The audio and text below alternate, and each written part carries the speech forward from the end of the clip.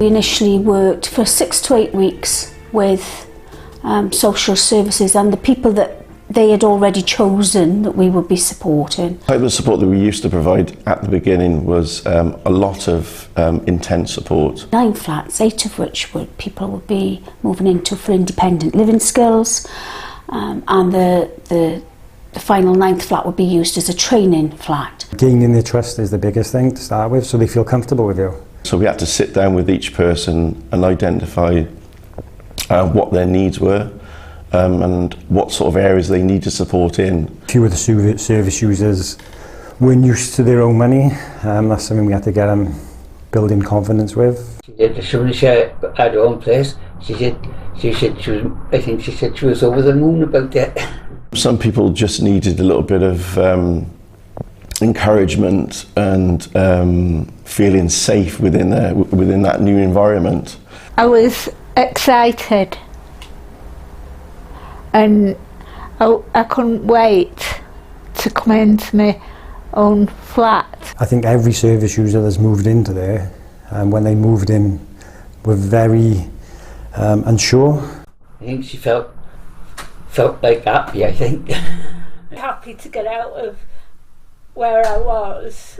She was telling me, she said she didn't like where she was. They used to tell us what we had to do and everything.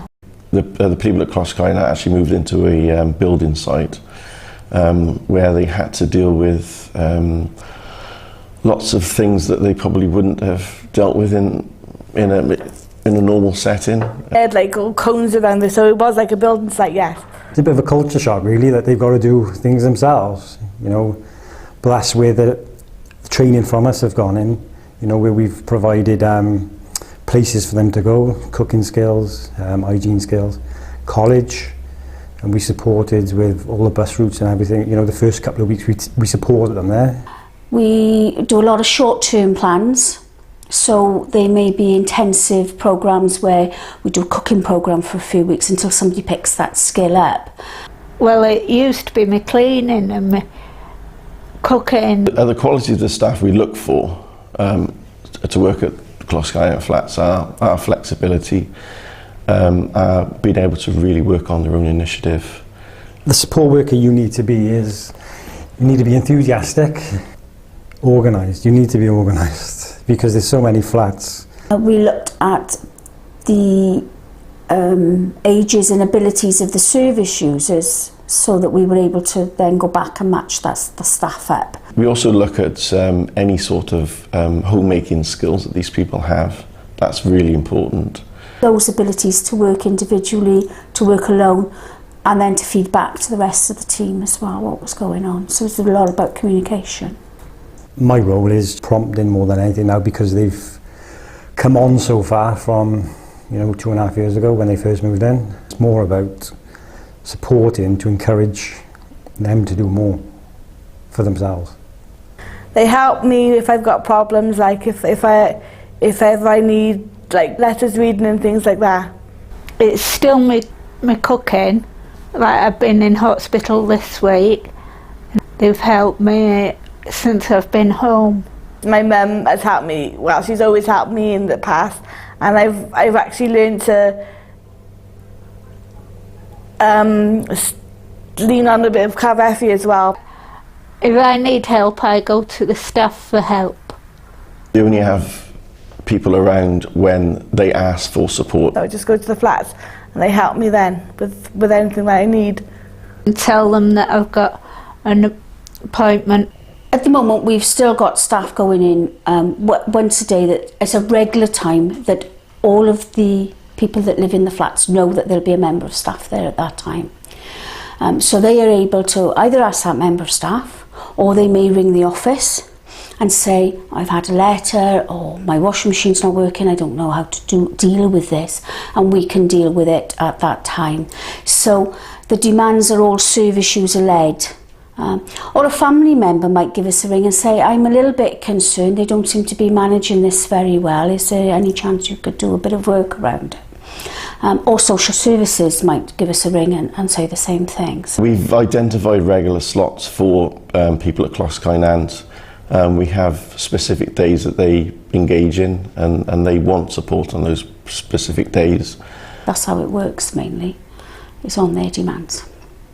Do social activities as well with one of the guys. Healthy living options such as dietary needs and things like that. We support them making menu plans. If somebody's not been seen for a few days, you know, the staff will go and give a buzz and just say, oh, hi, everything okay, anything you need a hand with, just to let you know we're about, so that we at least hear them. There is one or two which we don't support as much as the others, but we know that they're there because we see them coming in and out. Confidence levels have gone through the roof on everyone we support, and if they have any issues, they will speak up and tell us. You know, straight away. We encourage it. Yeah. You know, that's the first thing we will encourage is if they have any issues with us as staff, or they have any issues with the flat or anything, you know, they need to speak up and tell us, which they do. No problems at all. No. They can actually, if they want to, refuse all support, so they're not controlled by us in any way. The support they have is what they want. It might not be what we feel they need, but at the end of the day it's their choice and their decision, and if they refuse us entry into their own home, then that's fine, that's their choice. However, if we thought that there was an issue, if there was something that we felt was very wrong, then we would contact the relevant people, whether that be families, social services, or even the police if that was necessary. We're able to go out and do things that they want to do. And then when Ken comes down Thursday nights to wait for a taxi in my flat, and then we go out to all the four of us go out together. It's nice to see people sort of come out of their shell, they're far more chatty. And we normally go out like to the pubs and go out for food together, and England Ken normally comes with us as well, so I mean, yeah, we do try and go out as much as we can, we do. We've got like quite a social life. I feel the advantages of living in this type of support are the independence that people have gained. They've been able to build relationships, not just friendships, but more intimate relationships. Me and her be married like say next year, so we end up being man and wife. They are doing things that in more mainstream roles. Because I'm quite independent on my own. The main changes I've seen in the people we support are they have become more independent, far more open, cheerful. But just give you an example, one of the service users, she had to do a lot of training and skills with her to do everything, you know, from money skills, because everything was done for her, from cooking skills, cleaning, where to now she does everything herself. You know, you just go in and just comment on how everything's going so well, you know, because she does everything herself.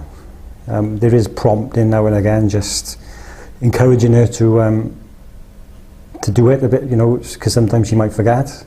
But as soon as you just prompt, she's fine and she'll get on with it. And she's made a few mistakes since she's lived there, but she's learning from those mistakes because she's never had that opportunity to make those mistakes in the past. There's a stage at the initial process where service users and families need to sit down and to really think hard about living this type of lifestyle.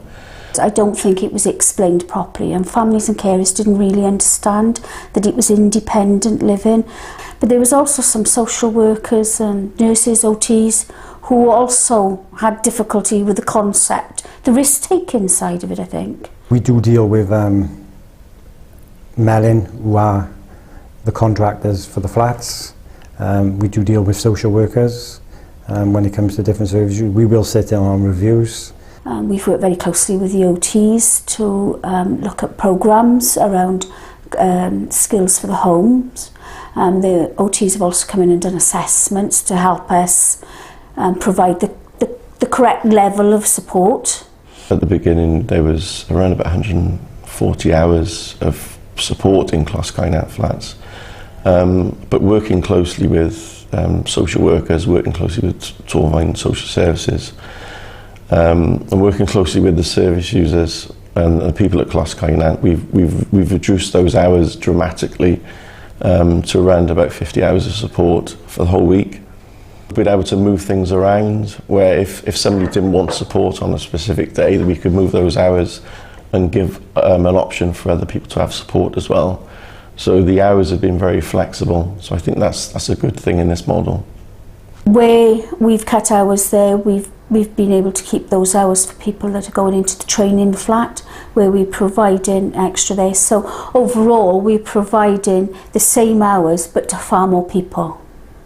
I think the model of support has gone down very well. Everybody feels that it's been a success. I know that one of the young men there, his sister is so proud of everything that he's been able to achieve. The feedback we get is fantastic. I don't think there's any negative feedback. It's a lot of the service users have gone on to do different things. No, I wouldn't change it because I live it all down there, so no, I wouldn't change anything. The professionals have looked at it in a far more positive way now. I think the initial fears they had were around risk taking, but I think looking at it now, they're so positive in that this is really a good model for people. I don't think I would change anything. They support each other, they look after each other, they look out for each other. They've had arguments, but that's all about building up relationships, but they do mainly look after each other, and the advantages are around their choice and to be able to shut the door. From where we started, when we first went down there, it was like a building site, and to where it is now, and to where all the service users' flats are now, you know, they're high-end flats. You know, it's the way they've made them, and they've put everything themselves. So, to be honest, I can't really see it being improved. I used to come back and forth from my place to come down and see, and then when I come down, I thought, oh, so it's lovely down. I wouldn't swap living here. So yeah, it's lovely up there.